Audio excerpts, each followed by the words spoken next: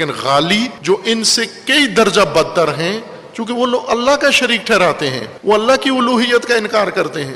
Hello دوستو، السلام علیکم، کیسے ہیں آپ سب لوگ؟ امید کرتی ہوں آپ سب اچھے ہی ہوں گے، خیریت سے ہوں گے۔ دوستو، اللہ تعالیٰ ہمارا وہ مالک ہے جس کے ہاتھوں میں موت اور زندگی ہے، لیکن یہاں بھی بریلویوں کا ایک آپ فرقہ سنیں کہ غوث پاک نے اللہ تعالیٰ سے روح بھی واپس لے لی۔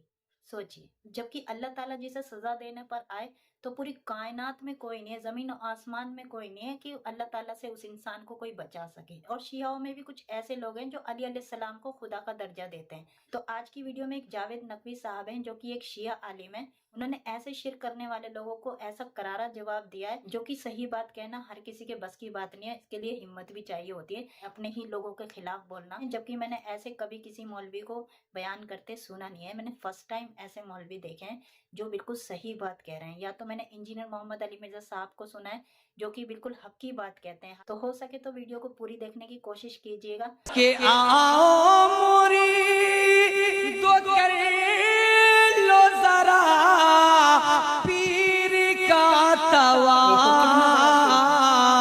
دیکھیں انجانے میں یہ لوگ کس طرح انبیاء کی بھی اور اللہ کی بھی توہین کر جاتے ہیں۔ آؤ مرید کر لو ذرا پیر کا طواف۔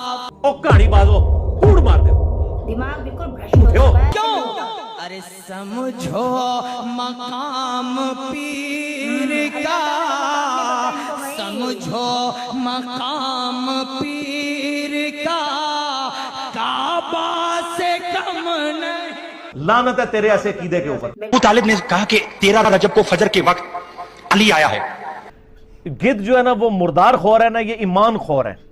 یہ خاموشی میں چاہتا تھا تاکہ مجمع اور یہ جتنے لا تعداد لوگ ویڈیو بنا رہے ہیں نا، ایک بار خاموشی ہو، اور پھر جب یہ علی کے نام کی دھمال ڈالیں گے تو بھی پتہ چلے گا۔ سرکار ابو طالب نے سوچا علی 13 رجب کو فجر کے وقت آیا، کہ چلو آج وہ جو مکہ میں پادری بنا بیٹھا تھا اور ہر ایک کو ذائچہ بناتا تھا کہ فلاں بچہ کب پیدا ہوگا، وہ کن خصوصیات کا مالک ہوگا، وہ کیا کرے گا کیا نہیں کرے گا۔ ابو طالب کہتے ہیں میرے دل میں خیال آیا، پہلی بار یہ بات کہہ رہا ہوں، ابو طالب کہتے ہیں میرے دل میں خیال آیا کہ میں جاؤں اور اسے جا کر پوچھوں کہ بتا 13 رجب کو فجر کے وقت اس وقت میں آنے والا بچہ کن صفات کا مالک ہوگا۔ یہ سوچ کر ڈی جی خان والوں سوچ میں نہ پڑنا، چلو نجف اور مکہ چلتے ہیں۔ ابو طالب پادری کے پاس آئے، احترام ابو طالب میں پادری کھڑا ہوا، کیوں آئے؟ ابو طالب کہتے ہیں ذرا ایک ذائچہ بنا، کیا؟ ذرا دیکھ تو صحیح، 13 رجب فجر کے وقت اتنے پر ایک بچہ پیدا ہوا ہے، بتا وہ کن صفات کا مالک ہوگا۔ ایک بچہ آیا ہے، بتا وہ کن صفات کا مالک ہوگا۔ سپتین کوسا مجھے ہیدیہ مسجد کے اس ممبر کی عظمت کی قسم، پادری نے بچہ اٹھایا، کاغذ قلم لیا، ایک ذائچہ بنایا، دیکھا، پھاڑ دیا، دوسرا لیا، بنایا، پھاڑ دیا، تیسرا لیا، بنایا، پھاڑ دیا، چوتھا لیا، بنایا، پھاڑ دیا۔ جب لا تعداد ذائچے بناتا رہا، پھاڑتا رہا، ابو طالب نے کہا بتاتا کیوں نہیں کہ 13 رجب کو اتنے بجے جو بچہ آیا وہ کیا ہوگا؟ پادری کھڑا ہو کر کہنے لگا ابو طالب جو وقت تو بتا رہا ہے اس میں اللہ تو پیدا ہو سکتا ہے، بچہ پیدا۔ اللہ اس گناہ کو نہیں بخشے گا کہ کسی کو اس کا شریک بنایا جائے، اور اس کے سوا اور گناہ جس کو چاہے گا بخش دے گا، اور جس نے اللہ کے ساتھ شریک بنایا تو بے شک وہ رستے سے دور جا پڑا۔ اور اللہ ہی کی عبادت کرو اور اس کے ساتھ کسی چیز کو شریک نہ بناؤ۔ انہوں نے کہا کہ غالی شیعہ تو قادیانیوں سے بدتر ہیں، لیکن جو صوفیاء کا طبقہ ہے، خصوصاً انہوں نے بریلوی مکتب کی بات کی، ان کا معاملہ ہمارے غالی شیعہ سے بھی آگے بڑھ چکا ہے۔ اس لیے کہ غالی شیعہ تو علی کو اللہ کہتے ہیں نا، یہ کہتے ہیں کہ عبد القادر جیلانی نے اللہ کو بھی روح واپس لے لی۔ باقی مذاہب کے پیشوا ہیں، ان کے بارے میں جو غلو ہوتا ہے، ان کے بارے میں غلو اس سے کہیں زیادہ ہے جو غالی علی علیہ السلام کے بارے میں کرتے ہیں۔ مثلا حضرت غوث اعظم کے بارے میں عام آج آپ کے پاکستان میں جو ان کے معتقدین ہیں، مریدین ہیں، جو غلو شیخ عبد القادر جیلانی کے متعلق کیا جاتا ہے، اس کا 10واں حصہ بھی علی علیہ السلام کے بارے میں نہیں کیا جاتا۔ وہ تو بالکل اللہ سے بھی اوپر کہ اللہ نے شخص کو مار دیا، شیخ نے جا کر زندہ کر دیا، اللہ نے روکنے کی کوشش کی کہ میں نے مار دیا ہے، زندہ نہ کرو، شیخ نے کہا نہیں یہ میرا بندہ ہے، اس کو میں نے زندہ کرنا ہے، تو نعوذ باللہ اللہ کا بات نہیں چلی، شیخ نے زندہ کر دیا۔ یہ غلو، اللہ سے ڈائریکٹ ٹکراؤ کرانا، جنگ کرانا، پھر شیخ کو اللہ پر غلبہ دینا، یہ غلو ہے نا، یہ سارا غلو ہے، یہی اطاعت ہے، یہی معبودیت ہے۔ سب سے پہلے تو میں شیعہ کے اندر آ جاتا ہوں تاکہ سنی والی باتیں تو بعد میں کروں۔ اہل تشیع کے ہاں جس لیول کی بدعت آ چکی ہوئی تھی، جس قسم کے شرکیہ عقائد آ چکے ہوئے تھے، اس چیز کی ضرورت تھی کہ کوئی ایک بڑی پرسنالٹی جو ان کے اندر سے اٹھیں اور ان کی اصلاح کی کوشش کرے. اور وہ اللہ تعالیٰ نے سید جواد نقوی صاحب حافظہ اللہ تعالیٰ کی شکل میں سمجھتا ہوں کہ اللہ نے اہل تشیع کے مکتب میں ایک مصلح اور ایک منجی اور ہادی کے طور پہ انہیں بھیجا ہے. پچھلے دنوں ان کی ویڈیو اپلوڈ ہوئی، میں کہتا ہوں یہ بہت جگرے والی بات ہے. انہوں نے کہا کہ جو غالی شیعہ ہیں ہمارے اندر، یہ قادیانیوں سے بھی بدتر ہیں. اپنوں کے خلاف بولنا آسان تھوڑے ہے، ہمت چاہیے. یہ جملہ میں بول دوں کتنی آگ لگتی ہے. بالکل صحیح. میں نے بولا ہے، یہ نہ سمجھے کہ میں آگ سے کوئی ڈرتا ہوں. ہم تو کہتے ہیں لگے آگ.